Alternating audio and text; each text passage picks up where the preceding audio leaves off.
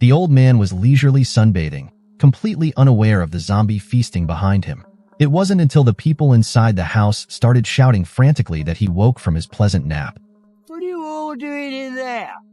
They warned him not to make any noise, fearing it would attract the zombie. However, the old man's hearing seemed to be impaired. By this time, the zombie had already noticed him. The people inside were desperate, but the old man, still clueless about their warnings, decided to move closer to hear them better. There's a zombie right behind you. Move, run now. Zombie, what are you going on about? Oh, it's a zombie. Oh. The old man was terrified, sprinting at what felt like 80 miles per hour. Unfortunately, the zombie chasing him was just as fast. He soon started to feel exhausted, and it was only a matter of time before the zombie would catch up. At the critical moment, his buddies inside the house sprang into action, sending out a sports car. The old man jumped in, and with the help of his friends, he managed to return safely inside. But why were zombies appearing at the retirement home? The story begins earlier that morning. A construction crew had unearthed an ancient tomb at their worksite. Two workers ventured inside, thinking they'd hit the jackpot with potential treasures hidden within. However, all they found were bones scattered everywhere. One worker sensed something was wrong. A tomb filled with so many skeletons couldn't be normal. His colleague, though, was unconcerned and even picked up a skull to play with it, unaware that a zombie was creeping up behind them. Thus, the zombie virus began spreading rapidly at the construction site. Next to the construction site was an old folks' home slated for demolition.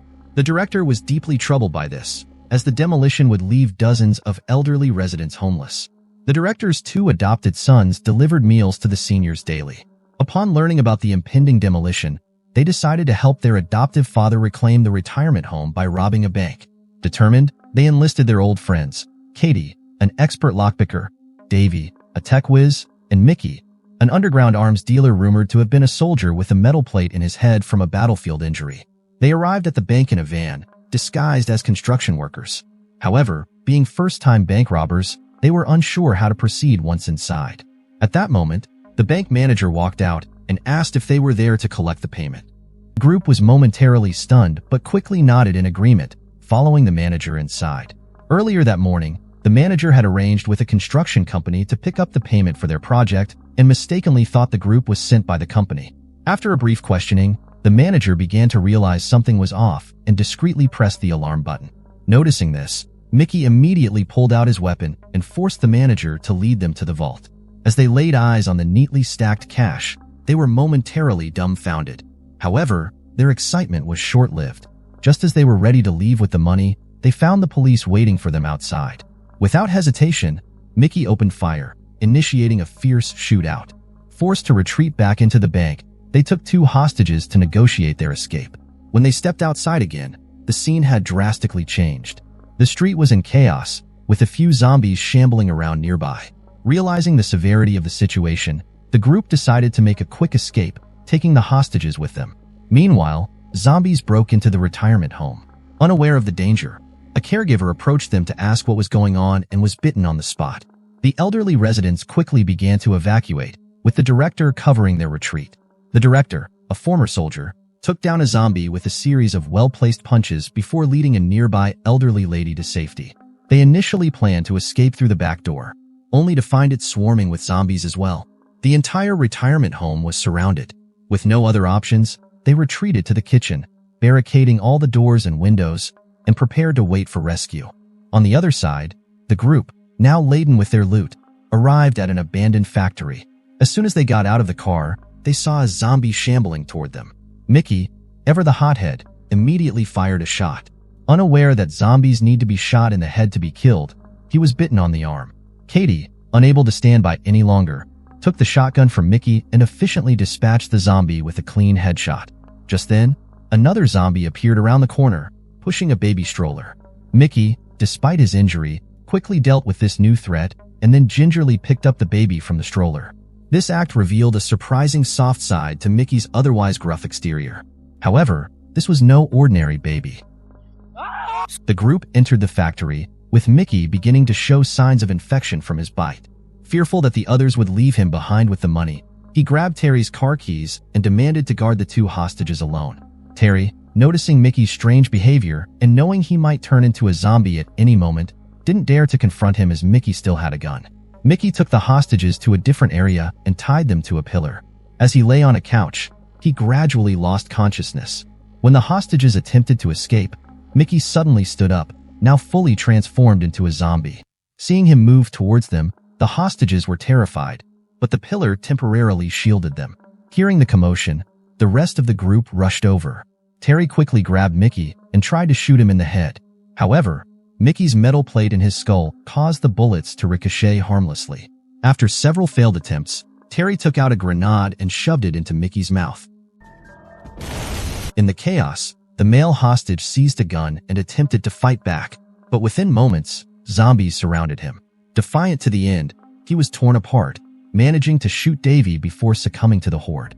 The group mourned briefly for their fallen comrade before deciding to head to the nursing home. Terry decided to stop antagonizing the female hostage. He explained their reason for robbing the bank and handed her a gun for protection. She chose to join them. They sped out of the factory in their car, first heading to the hostage's house because Emma wanted to check on her family's safety. Upon reaching the house, she found it empty, with no signs of life, indicating the worst had likely happened. With heavy hearts, they continued on their journey. Suddenly, they witnessed a bizarre scene on the street. Zombies wearing the colors of Argentina and Portugal were engaged in a fierce brawl, even in their undead state, still supporting their favorite football teams. Taking advantage of the distraction, the group quickly drove past the chaos. Afterward, they headed to Mickey's stash, picking up a large cache of weapons. Considering the number of elderly people at the nursing home, they decided to switch to a double-decker bus for more space and protection. Driving the bus, they quickly arrived at the nursing home but found the entrance swarming with zombies. Emma took on the task of driving to lure the zombie horde away, allowing the others to sneak onto the rooftop. Once there, they dispatched a few zombies and opened a skylight. The director, who had been guarding the window, saw that it was his two foster sons coming to rescue them and allowed them to come inside. However, some of the elderly residents had mobility issues and couldn't escape through the skylight. Andy, always prepared, dumped a bag of weapons onto a table, allowing the elderly residents to pick their favorite arms. With everyone armed, the trio opened the rolling shutter and lobbed a grenade into the zombie crowd outside. The powerful explosion cleared most of the zombies at the entrance. Everyone then stormed out, guns blazing, systematically taking down the remaining zombies. They emerged outside just as Emma circled back with the bus. Despite their efforts, the area was still swarming with zombies. The group fired their weapons to provide cover while the elderly residents boarded the bus. Once everyone was on, they sped away from the nursing home, but the bus soon broke down. With no other choice, they decided to trek to a nearby dock on foot. Zombies pursued them relentlessly, but they fought back, moving steadily toward their goal. After a harrowing journey, they reached the dock safely. There, they found a yacht. Terry and Andy held off the zombies, allowing the elderly to board the yacht. As everyone climbed aboard and the engine roared to life, they realized the yacht was still chained to the dock. In a desperate act of bravery, the director stepped up and managed to free the chain, but he was quickly overwhelmed by the horde. Just when it seemed all hope was lost, the director, showing remarkable resilience, fought his way back through the zombies.